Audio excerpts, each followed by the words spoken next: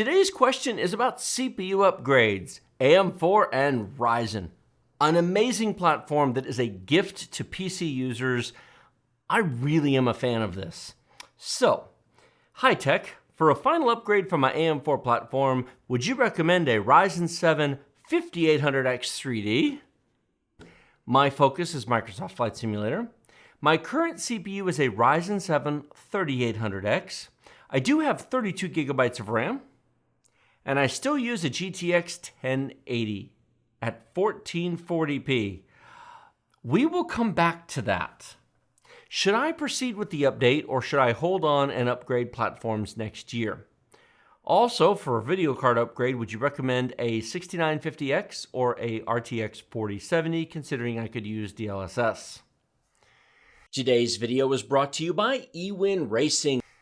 There's a lot of questions in here, but you provided some really good information that will help, and I hope this helps a lot of other people as well. So I'm going to kind of go around here a bit and talk about all of it in a little bit of a generalized fashion so that it helps more people than just you. Thank you for the question, but I want to try to help as many people as I can. First of all, in the right circumstances, the 5800X 3D is amazing, legitimately next-gen faster.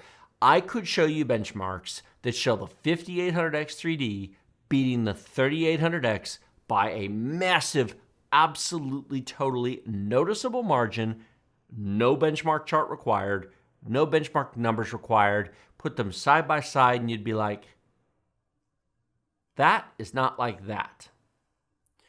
All we have to do is run at 1080p with a 3090 Ti or a 4090, and Bob's your uncle. We've tested this. We tested it at 1080p, we tested it at 1440p, we tested it at 4K. We primarily tested it with a 3090 Ti because I tested it last year. And at 1080p, the difference is dramatic. In fact, this in gaming at 1080p with a fast graphics card is very comparable to the Ryzen 7 7700X Zen 4. It's really fast. Here's the problem. The minute you stick... I had to find my box. The minute you stick an RX 6700 XT on there, it isn't. The difference is meaningless and trivial. We've done this as well, and that kills the point to do it. The minute you set it to 1440p or 4K, that kills the point to do it.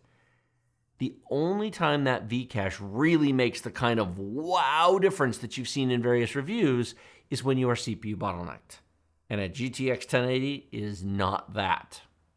Now you then ask about video card upgrades. A RX 6950 XT or a RTX 4070. Both of those cards at the time of recording are going for about $600. They're good, but you're still at 1440p going to be graphics card limited. Now Microsoft Flight Simulator is kind of a unique beast. Microsoft Flight Simulator is... It so depends upon what you're doing. It could be graphics card limited, but it's also very often CPU limited, which is probably why you're asking about this, because for simulations, this is really kind of a really good place to be. And Flight Sim is probably a really good example of a 5800X 3D making sense. Here's the thing. Going from Zen 2 to Zen 3 is about 20% performance improvement. But you won't notice on a GTX 1080 because you're bottlenecked. On an RTX 4070 or a 6950 XT, you would notice a bit more. The 3D portion of the chip, it'll be very hit and miss. At 1440p, that's not enough graphics card to really wow you. Put a 4090 on there, and that's a different conversation. But the problem with that is the minute you say that you have 4090 money, I'll say, why are you keeping your AM4 platform? RTX 4090 owners should be on i9 13900K or Ryzen 9 7950X 3Ds. Pick one. Those two. That's it. So, because I mean, if you've got $1,600 for a video card, money should not be a priority. You've got money. You can afford it. Just do it and stop dithering about, I want to save $100.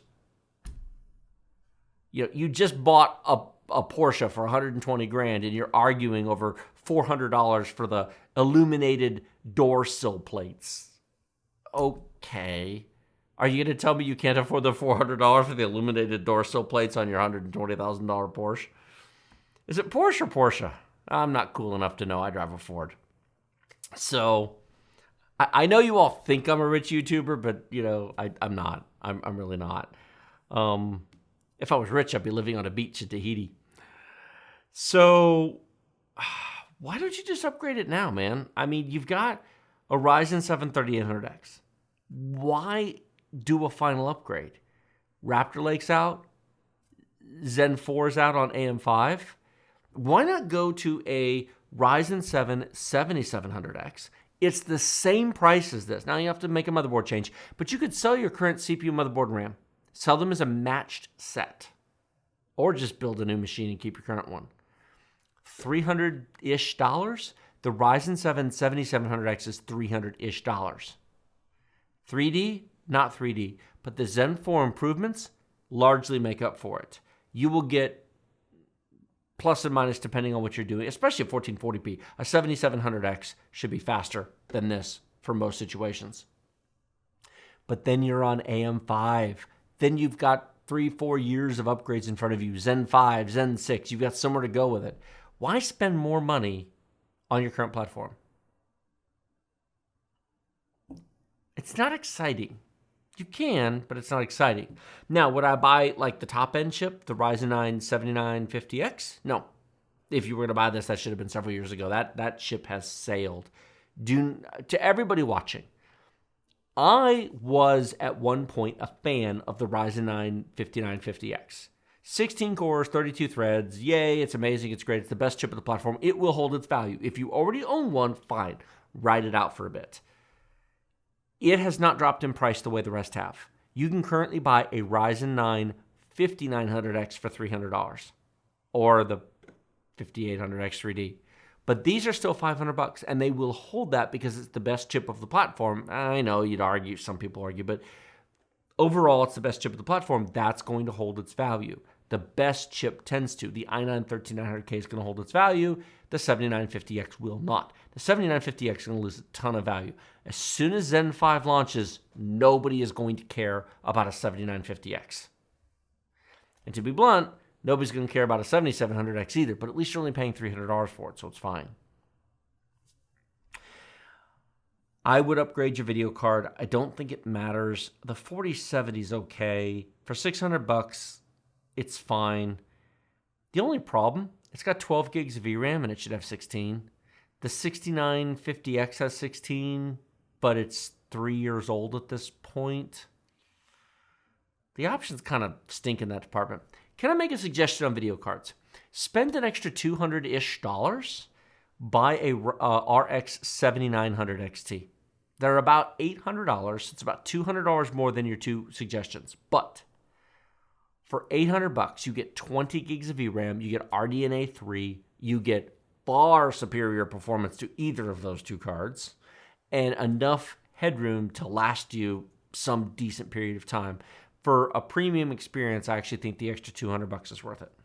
eWin Racing has a wide selection of chairs to fit all shapes and sizes of gamers, ranging from petite to cuddly. They have something for every type of gamer. Not just sizes, but colors and material options as well, including red, blue, purple, pink, orange, and more, plus cloth and leather choices. We have over half a dozen chair and desk videos in a playlist down in the video description below. We also have a very special offer just for Tech Deals viewers. Save 30% off of everything using discount code TechDeals using our link in the video description. We have used eWin gaming chairs for 3 years in our office, sitting on them for up to 8-hour marathon live streams. They are very comfortable, and we are happy to work with eWin to bring you this special discount and recommend eWin for all of your gaming chair and desk needs.